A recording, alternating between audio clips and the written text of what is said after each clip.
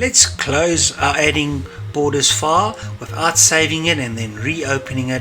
And what we're going to be doing in this section is we're actually going to be adding some percentages.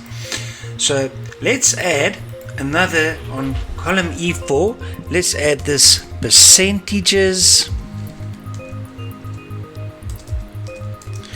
Let's use our format painter again to get the same look and feel.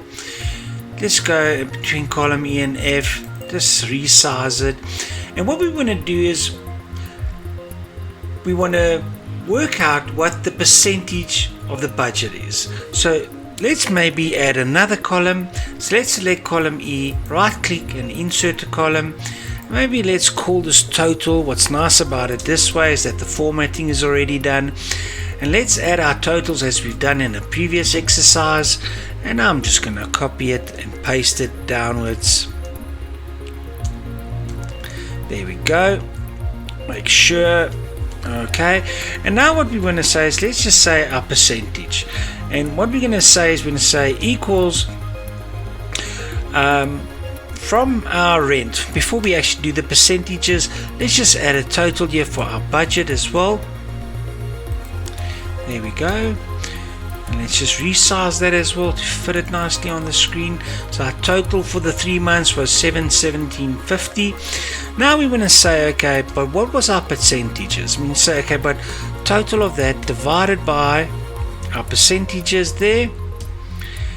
And we're going to repeat that process, equals that divided by our budget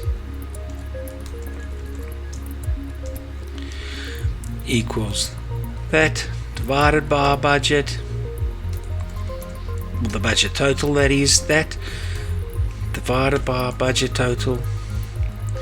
And then the next one, that divided by our budget total. Brilliant. And then let's select everything, and then from the home tab in the number group, let's select percentages, and there we have percentages. We can increase it as well if we wanted to go more granular.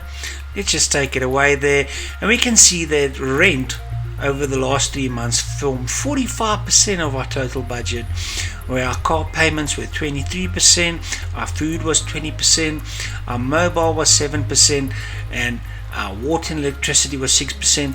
Let's just add an auto sum in there to give us a total, and that should give us 100% of the budget.